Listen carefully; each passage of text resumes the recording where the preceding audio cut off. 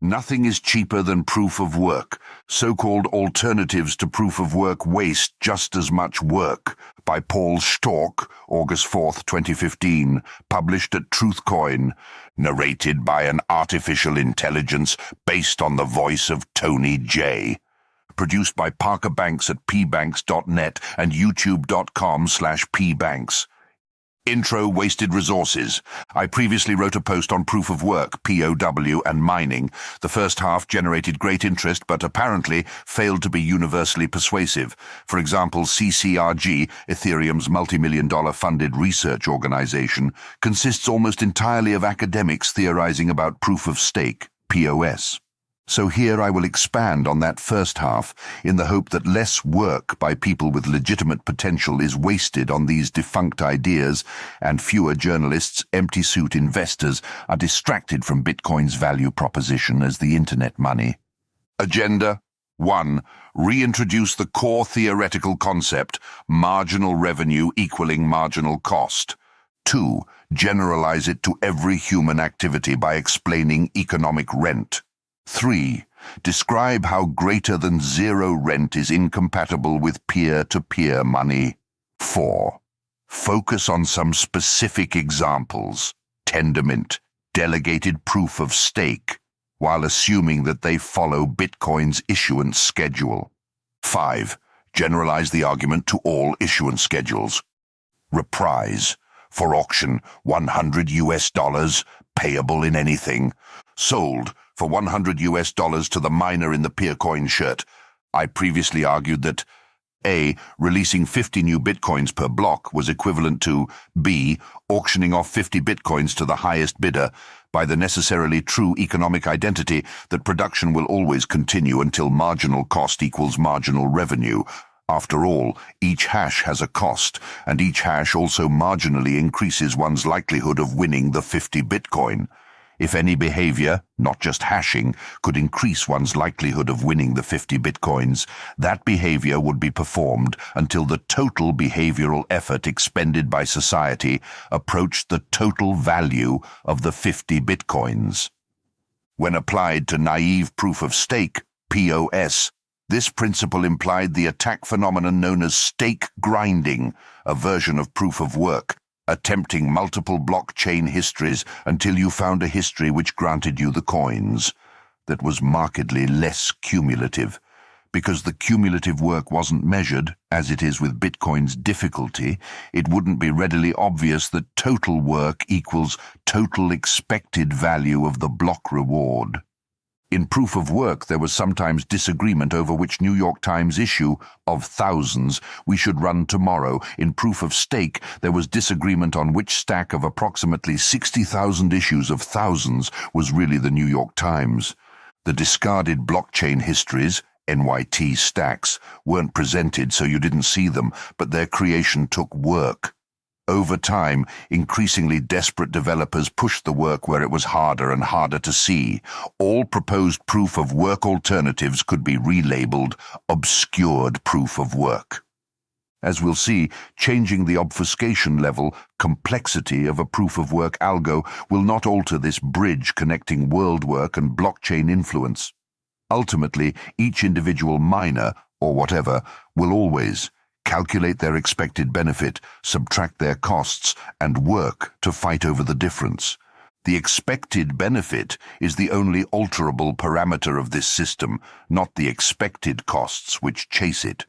Rent always forces production costs, marginal costs, to always equal sale prices, marginal revenue. This marginal cost equals marginal revenue concept actually applies to every transaction in the entire world, including all future blockchain tech.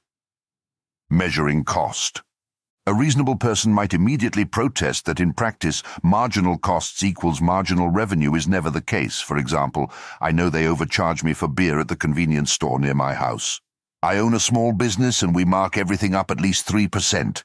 It's how we keep the lights on and pay my family's salary, and I get profits on top of that, although I never know how large those profits will be, of course. Marginal costs equals marginal revenue is always true because of the way economists measure costs. the correct way, specifically through the contrived introduction of rent. The equation could be elaborated to marginal costs rent plus marginal costs non-rent equals marginal revenue. Since this probably sounds like cheating to the econ illiterate, I will first discuss rents in general before arguing that for P2P money they should always equal zero, as opposed to something centralized where the central bank/checkpointer can control, own the system, and force people to pay non-zero rents. What rent is, why it appears. As described in econ textbooks, imagine that a seller has a patent on something, only he can sell it. The seller can guess its benefit to his customers and charge them estimated benefit epsilon. If this fully gouged selling price, marginal revenue, is more than what it cost him to make, marginal costs, the difference is interpreted as rent. This amount, marginal revenue minus marginal costs, determines what the price would be of renting the patent to someone for the duration of these hypothetical sales. Although the seller doesn't have to rent the patent from himself, by not renting it to someone else, he bears an opportunity cost. Thus, our new marginal costs, including the op cost of renting the patent, is now perfectly equal to marginal revenue. It may seem contrived, but it's the only logical way to measure costs. Imagine you spent $10 million on research and in the process discovered some drug which you can manufacture for 10 cents but sell for $200 plus.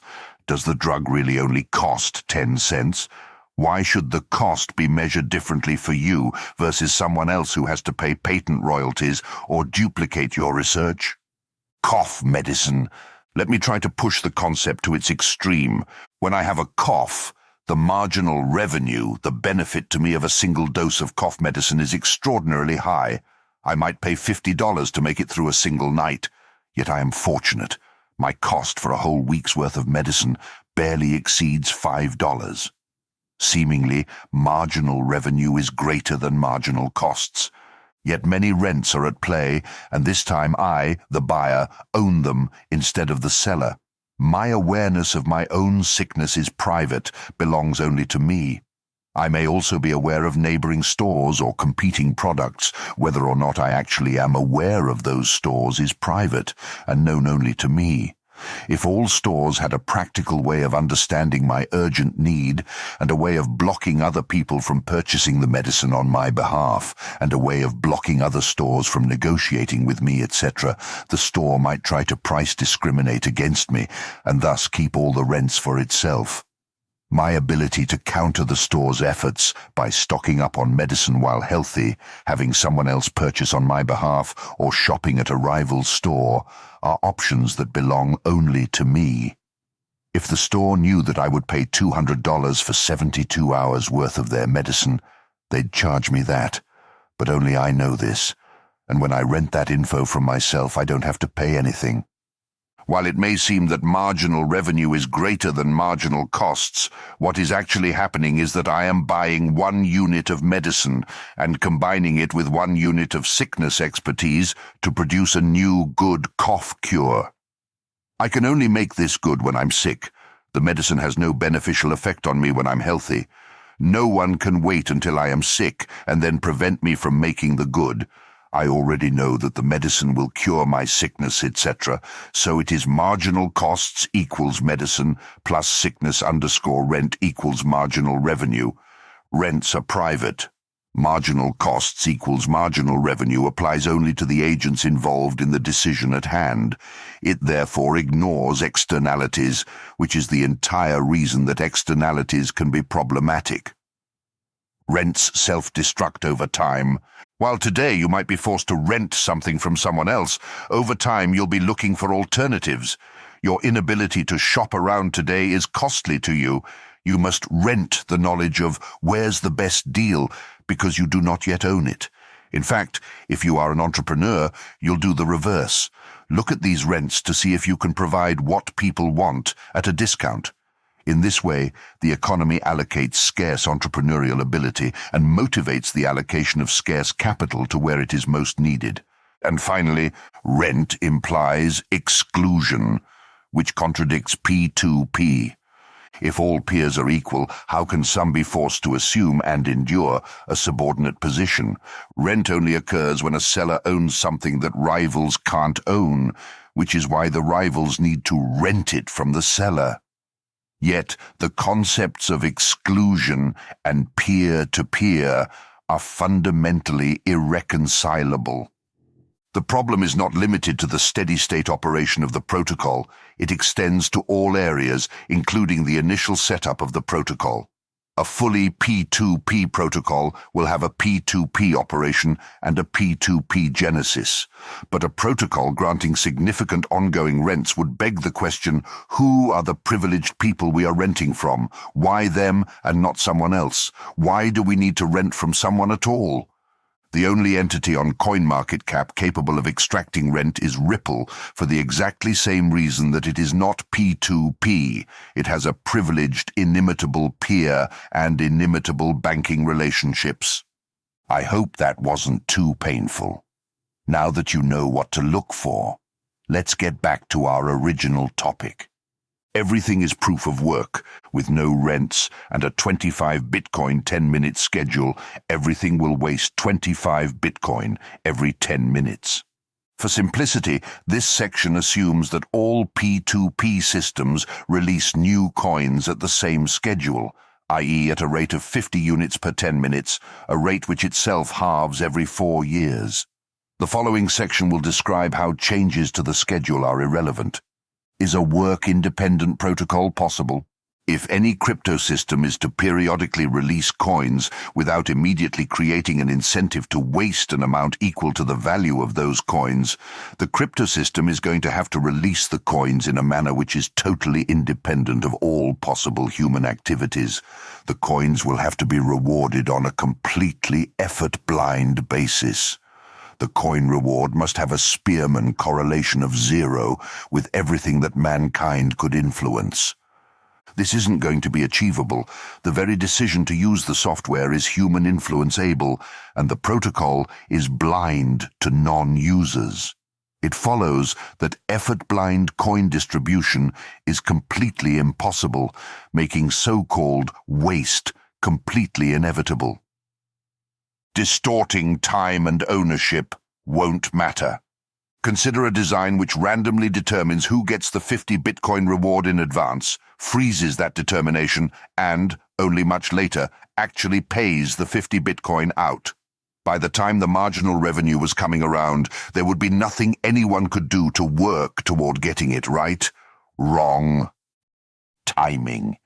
While it is true that by the time rolls around it would be too late to work toward the current marginal revenue, it is also true that would also be the perfect time to start working toward some future marginal revenue. The fact that the marginal revenue and marginal costs take place at different times is irrelevant. They already do with Bitcoin. Did you know that Bitcoin's proof-of-work reward is unspendable for 100 blocks? This is because if orphaned, these coins vanish completely. Also, the miners are most able to double spend, so it's wise to keep an eye on any coins that they definitely own. Randomness. It is also true that by the time rolls around it would be too late to grind through random results in quick succession until you find one that gives you the marginal revenue. Of course, would also be the perfect time to start grinding through random results in quick succession until you find the result that gives you the future marginal revenue. That's already how Bitcoin works, in fact. Did you know that Bitcoin uses extremely strong randomness to select the creator of the next block? The randomness discourages collusion among block creators, making double-spend attacks unreliable. The randomness is so strong that no one can predict who will find the next block or even exactly when it will be found. Making the work useful won't work. Argument. We will reuse the proof of work as a heater. First, reusing work is always a smart idea. Second, humans do need heat. Third, such an arrangement is highly conducive to Bitcoin's goal of achieving a bittorrent-like resistance to coercive manipulation. However, what is the effect on the marginal costs and marginal revenue? Instead of an expected $100 of Bitcoin per X hashes, we'd move to $100 of Bitcoin plus $5 worth of heat per X hashes.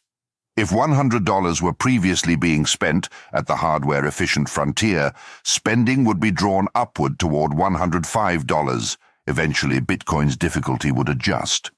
Inefficient miners, those who didn't use their waste heat, would be put out of business, but the total spending would still equal $100, producing $95 of Bitcoin plus $5 heat. The mining heater is just another increase in hardware efficiency, resulting in a higher difficulty and an increase in energy_used block. Argument. The proof of work won't just be double SHA-256, it will do something useful for society, like finding prime numbers. The logic of this argument is perfectly sound. Miners wouldn't get money for finding large primes, so it would not increase their marginal revenue, so it would not increase their marginal costs. But we, socially, get extra benefit, but total cost for us doesn't increase. This is the externalities argument above. First, the argument is ridiculous because Bitcoin is already doing something useful for society. Mining wouldn't be profitable if it wasn't. Mining creates the network we know and love. Miners don't share in the marginal benefit that I experience when I use the Bitcoin network, my privacy benefits or cost savings, or, more relevant, the value added to society as a result of owning the option to use the Bitcoin network. That someone would look at Bitcoin and think that, in addition to everything else it does, it should be edited to also help us find large prime numbers really makes you wonder who on earth you are having a conversation with. Secondly, this only works because the benefits are externalities. They are public and not owned by the miners. So there is no incentive for miners to switch to such a system or even adopt such a system. The very thing which makes this scheme less wasteful also makes it less practical. Two big examples: Tendermint and delegated proof of stake. Okay, let's pick the ideas which have obscured their proof of work to a degree approaching incomprehensibility. Example 1. Tendermint, Casper. Additionally, your profitability will depend on the performance and availability of the other bonded validators. Intro.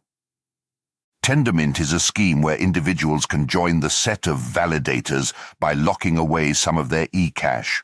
If they misbehave, they lose these bonded funds, and with enough not misbehavior, the network is brought to consensus without mining. As far as I'm concerned, this scheme is identical to Bitcoin's existing proof of work, ignoring... First, this is an econ blog, so I'm going to ignore all of the more precedent technical problems with this idea: novelty, scalability of signature verification, missing or DDoSed validators, operational problems, how to bootstrap this when coin value is low, or save it if the value becomes low, how to create marginal benefit over Bitcoin, and crypto system problems, cheap, long-range NAS creating millions of false chains indistinguishable from the main chain, save for one big double spend, and imprisoning, killing everyone who tries to point out which chain is real. And instead, I'll just assume that all of it always works and scales, and none of the ask-a-friends are tortured to death by the mafia. Validators versus miners. The problem is that validators receive new coins plus transaction fees and marginal revenue, and this marginal revenue induces a marginal costs, while in Bitcoin, approximately 25.01 USD worth of Bitcoin are wasted by the miners every 10 minutes. Under Tendermint, approximately 25.01 USD worth of Bitcoin would be wasted by the validators every 10 minutes. Non-productive investments are wasteful. What is the difference between unobscured proof of work and obscured proof of work? Unobscured proof of work. Someone observes the potential to mine between $1,500 and $2,500 worth of Bitcoin at current conditions, exchange rate, transaction volume, Coinbase inflation level, etc.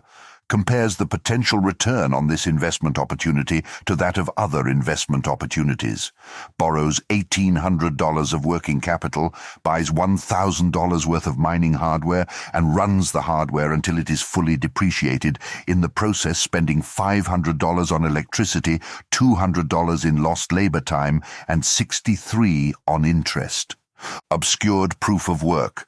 Someone observes the potential to earn between $1,500 and $2,500 worth of Bitcoin at current conditions, exchange rate, transaction volume, Coinbase inflation level, etc. Compares the potential return on this investment opportunity to that of other investment opportunities. Observes risk-free rate of 3.5% and validation bond rate of 4%. Borrows $47,400 of working capital and invests this capital in validation bonds, in the process spending $1,659 on interest. Unobscured proof of work, revenue of $2,000. After expenses, $1,763, $237 was earned as risk compensation. Obscured proof of work. Revenue of $1,896, $1,896, 4% of $47,400. After expenses, $1,659, earned $237 as risk compensation.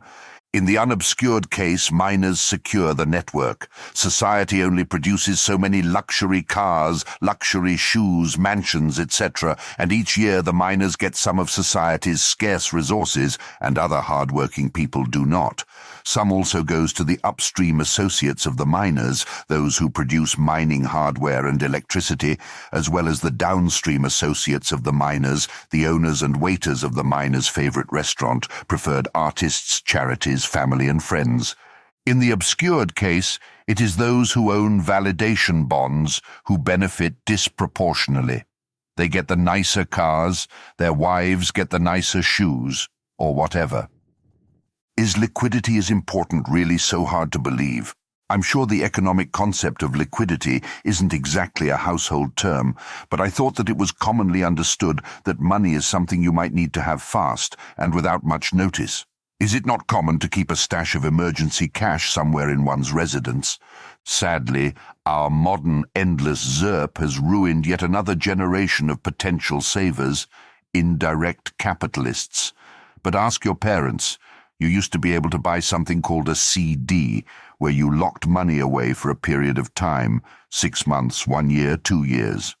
For suffering this inconvenience, you got a higher interest rate, which the bank could provide as a result of its increased lending potential. You could essentially sell any extra liquidity you had but didn't need, and thus scarce liquidity was allocated more efficiently across the whole economy. And liquidity is an important thing. Just ask Lehman Brothers or victims of the Surge Rush. If everything always went okay, those guys and their elaborate long-run plans would always win. But things don't always go okay. In return for sacrificing their liquidity completely, even CDs can be cashed out early at penalty, whereas TM bond owners are entirely unable to get their money out of the system for, yes, an entire year. The economy gets nothing. The liquidity was wasted. Wishful thinking. Some might ask, doesn't it all cancel out somehow? Is there really any damage done to society from having some of the money supply locked away somewhere? No, it doesn't cancel out. There is no damage done. All the proof of work is a net positive, whether obscured or unobscured. Miners can only sell those Bitcoin because the Bitcoin network is useful. Miners make a profit. Chip manufacturers make sales, utility companies make revenue, inefficient payment systems get updated, replaced. Claims 1, 3, 4. On a Vitalik blog post, Proof of Stake, How I Learned to Love Weak Subjectivity, Vitalik Buterin admits, one objection to long-term deposits is that it incentivizes users to keep their capital locked up, which is inefficient, the exact same problem as proof of work. And then lists 4 counterpoints. 2 are entirely irrelevant, that marginal cost is not total cost. Vitalik is apparently measuring marginal cost per block instead of per work unit, and that the security deposits are safe, as irrelevant as saying mining hardware is efficient. The last, that validators can be hit for the entire capital stock and not just the operating flow, has been false since Bitcoin mining came to be dominated by ASICs and branded mining pools, whose economic value would indeed be overwhelmingly destroyed in the event of an attack. Claim 2. The second claim, that the locking up of funds produces socially beneficial price deflation, is wishful thinking. It is not true that less money supply is available for transactional purposes. Such a statement would describe destroyed security deposits. The only reason the validators freeze their money is to take it out later and buy something. If they wanted to reduce the money supply, they'd have to destroy the money permanently. This destruction is the sacrifice of production which enables a higher standard of living for the non-sacrificers. Bonders, in contrast, enjoy a relatively higher standard of living in the future, only at the expense of today's living standards. Monetary economics is probably the most confusing branch of econ, so let me explain this in 3 other ways. Claim 2.1. Pick a lane. First, the price level will only react to changes in the money supply, and if certain derivative markets are alive and well, only unexpected changes. This implies that even if bonding changed the money supply, it doesn't. As long as a constant quantity of money is out of play, the effect will be non-existent. If the supply changes, helpful deflation will be offset by the logic submitted, socially harmful inflation. Notice that at any frozen instant in time, no money is being transacted. If this ubiquitous, not transacted money created helpful price deflation, then everyone who held cash would be doing it, not just bonded validators.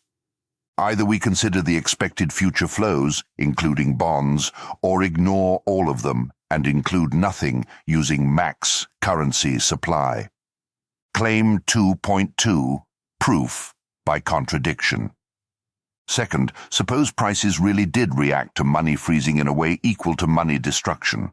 If 99.9% of the money supply were bonded, prices should fall by a factor of 1/1000th, as they unambiguously would if 99.9% of the money supply were irrevocably destroyed. However, anyone with cash, liquidity, can now go on an amazing buying spree. They can even pair up with the rich but illiquid validators to jointly invest in a new project, acquiring lots of cool stuff.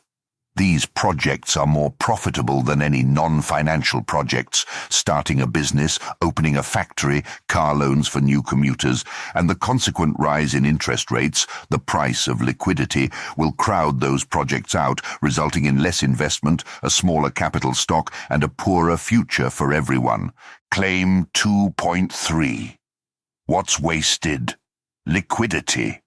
Third, it is clear that if validators are going to earn enough Bitcoin to buy, say, a Lexus, and society produces the same total number of Lexi, then someone else isn't getting one. So in order to actually be cheaper, Caspermint needs to enable society to produce more stuff, more Lexi. Without mining, less electricity is used in mining, and less silicon is used in mining chips. Are these resources available for extra production? Yes. However, these non-wasted resources are offset by other resources which are wasted. Proof of work destroys energy/hardware directly and specifically, while Tendercast destroys liquidity vaguely and generally.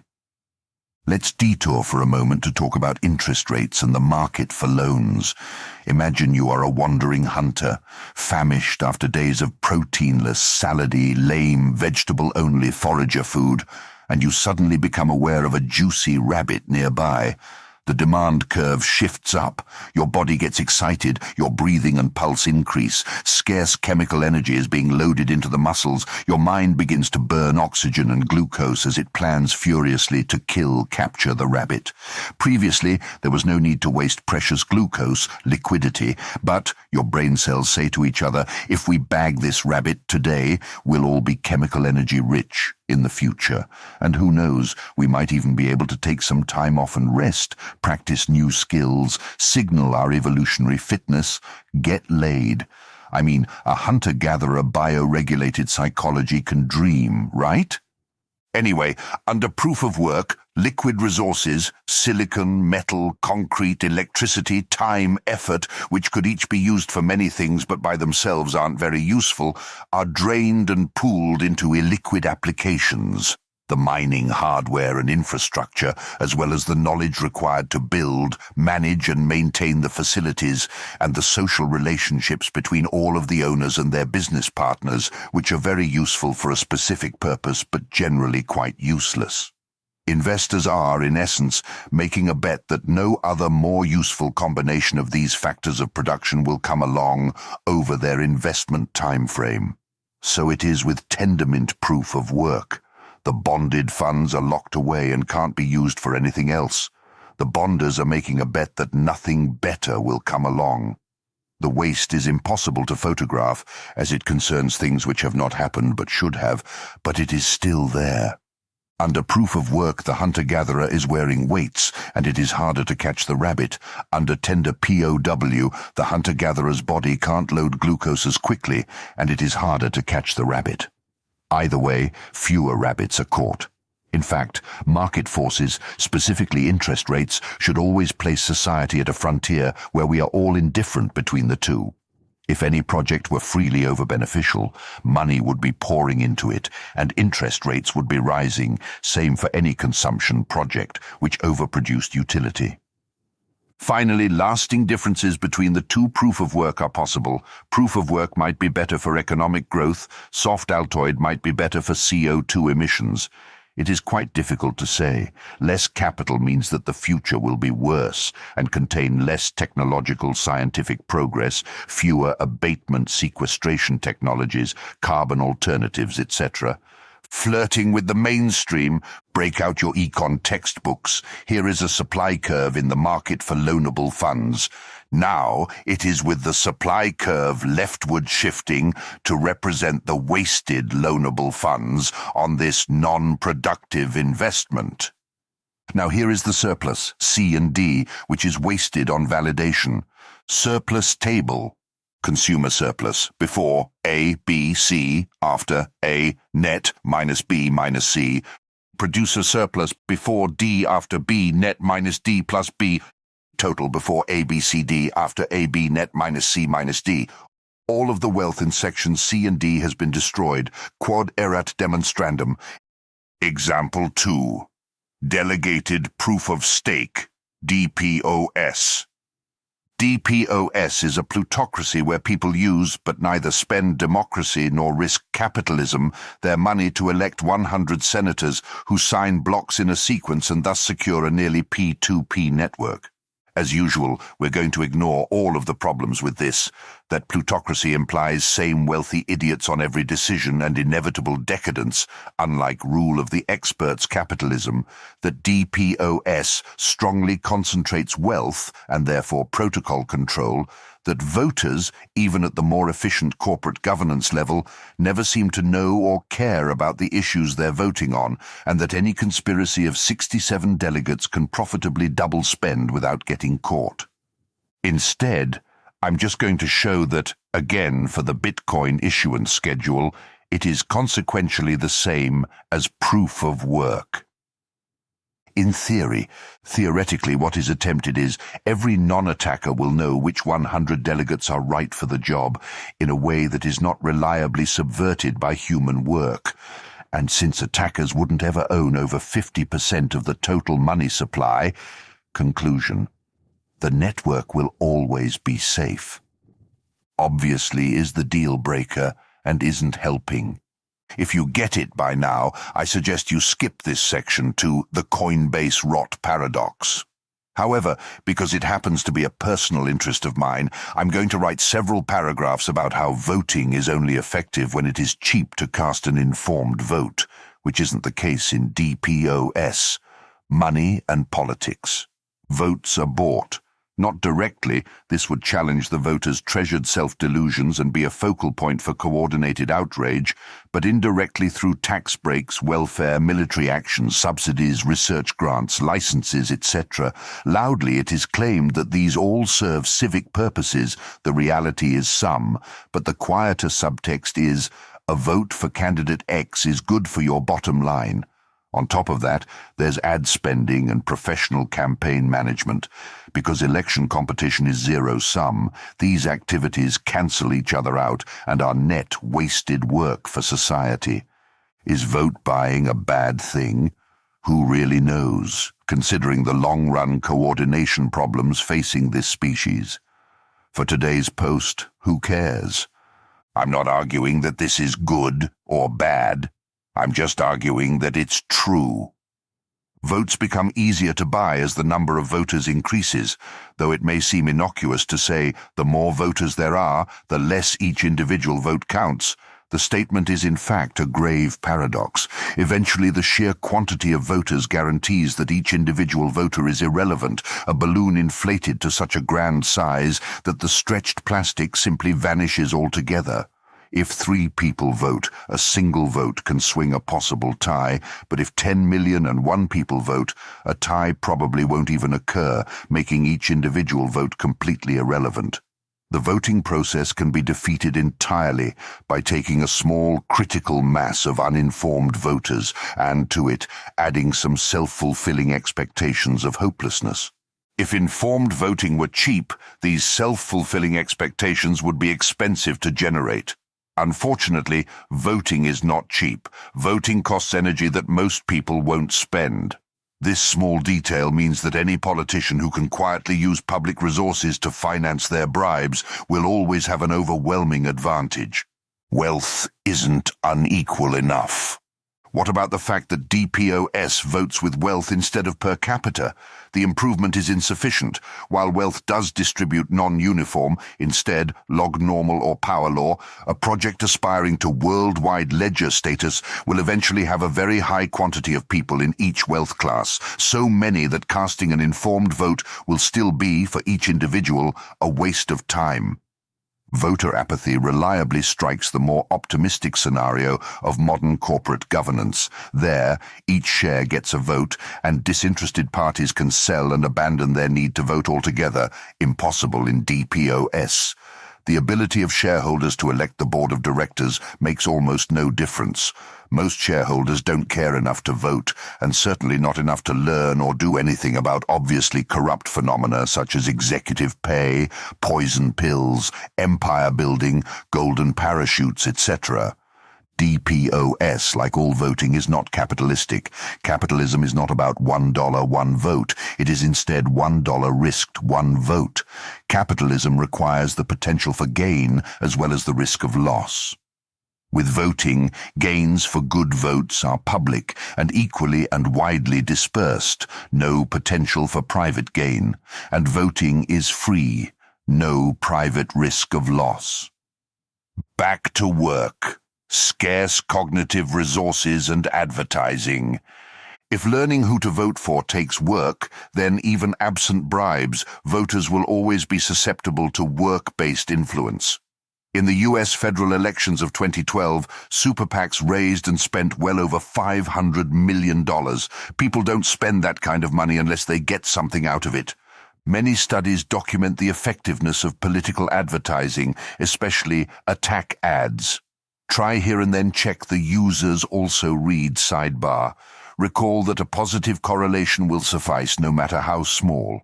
Just as a single hash is unlikely to win a Bitcoin block, it may be the case that a particular ad campaign is unlikely to win an election.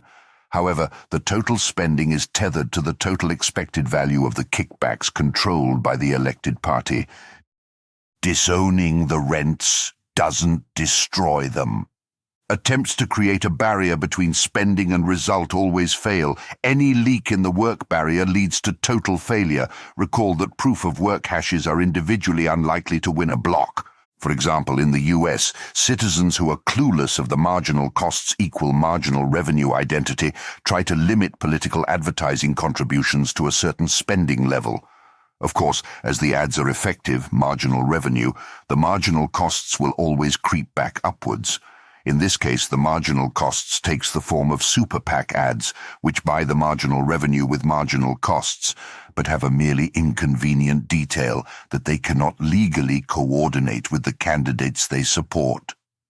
Sometimes candidates might be secretly appreciative of these ads, other times they may be genuinely frustrated. We'll never know for sure, of course, but we do know that Gingrich lost. If anti-corruption were as easy as banning political spending, our society wouldn't have the problematic history it does. The Founding Fathers knew that the only reliable anti-corruption measure was to set up a limited government. By diminishing the marginal revenue, they knew that the marginal costs spent on corruption, lobbying, propaganda, etc. would fall correspondingly. I wish we could do that, but as the next section will show, we cannot. Does voting ever work? Voting works just fine, even very well, when the cost to casting an informed vote is zero and the votes are aggregated appropriately, mean for a yes-no decision, median for values over a range. If votes are very easy to cast, from a smartphone or something, and the votes are only on preferences/values/priorities, which come from your own head for free, voting will produce some reliable signal about which course of action would hurt the fewest people's feelings. This signal could be a powerful, non-violent society-organizing tool. However, in our case, of validating a blockchain's consensus amid attackers who will specialize in confusing voters, an informed vote is always going to be expensive.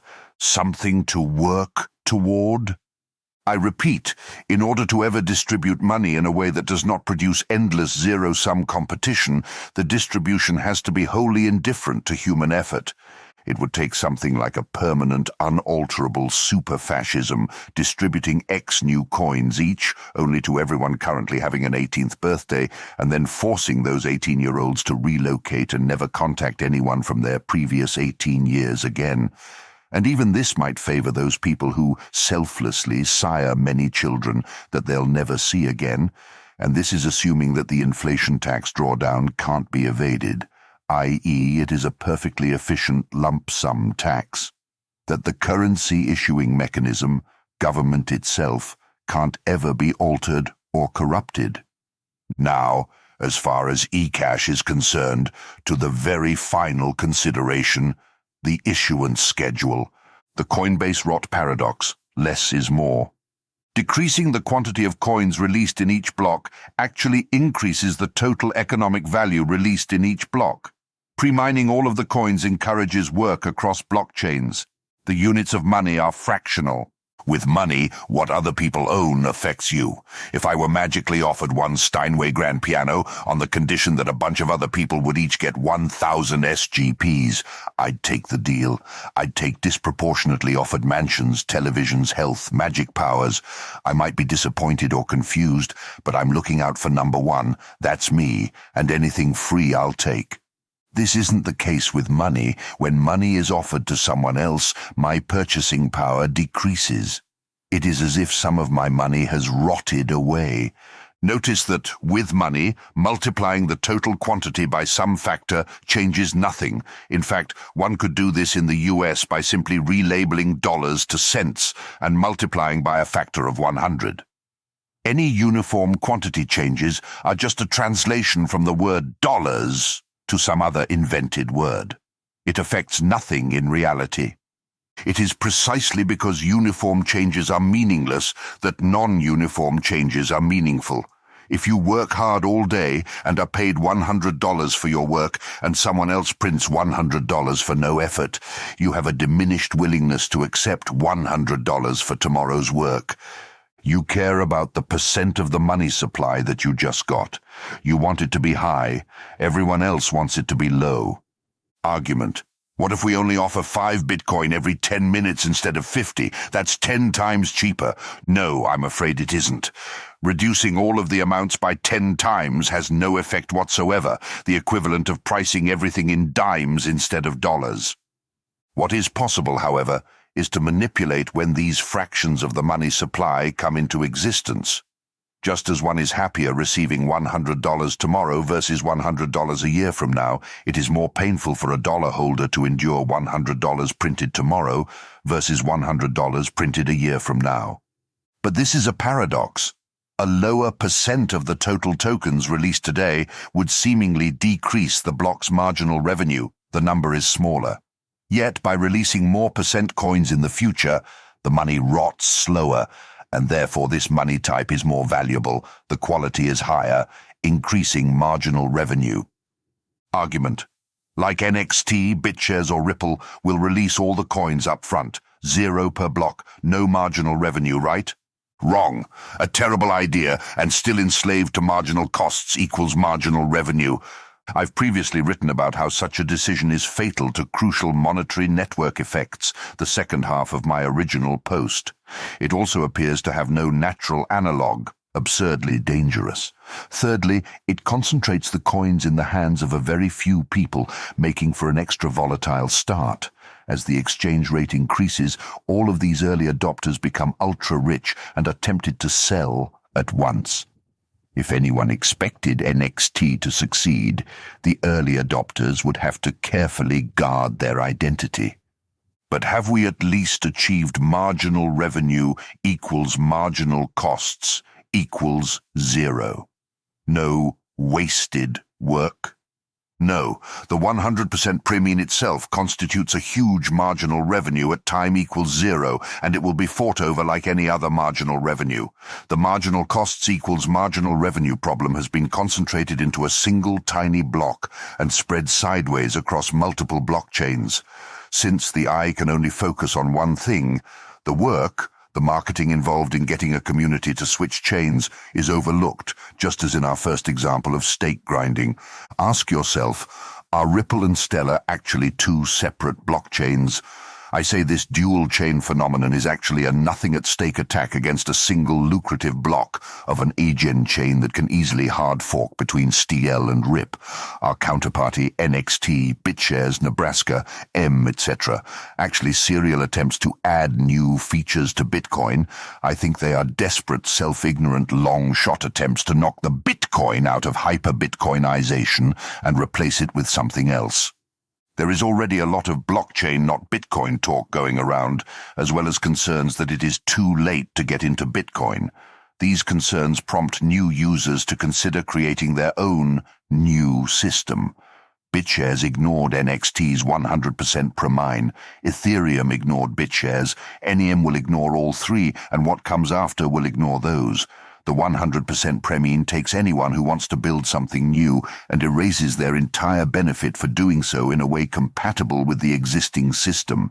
It takes the creative innovators and kicks them out, forcing them to compete for winner-take-all network effects. You might as well grab a net and head to southern Australia if you want a black swan this badly. This competition for dominant chain is the proof of work, a version of stake grinding with even less focus and an ochlocratic marketing-based security.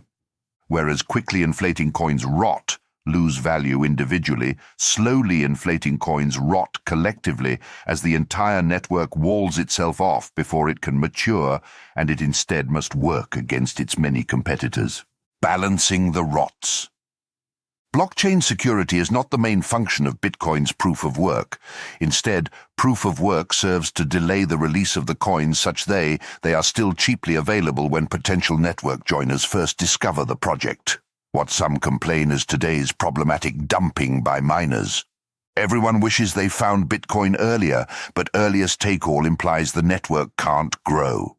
This problem, will anyone want to use the network? How can I get the protocol to pay for its own marketing development, etc.? Is orders of magnitude more important than some boring technical detail about Byzantine generals? A broken system is useless, yes, but it is a heck of a lot easier to get something to work than it is to get something to be useful. Conclusion. Proof of work exists because money is being created. It is then impossible to create a new form of money without invoking proof of work. Satoshi's design insight was to channel that inevitable work into a cumulative process to optimally stabilize a peer-to-peer clock in a cartel-resistant way. Kudos. The concepts in this post were long ago outlined by many others. One can't write about proof of stake without mentioning Andrew Poelstra and Greg Maxwell, who lay the foundation for this generalized counter-argument.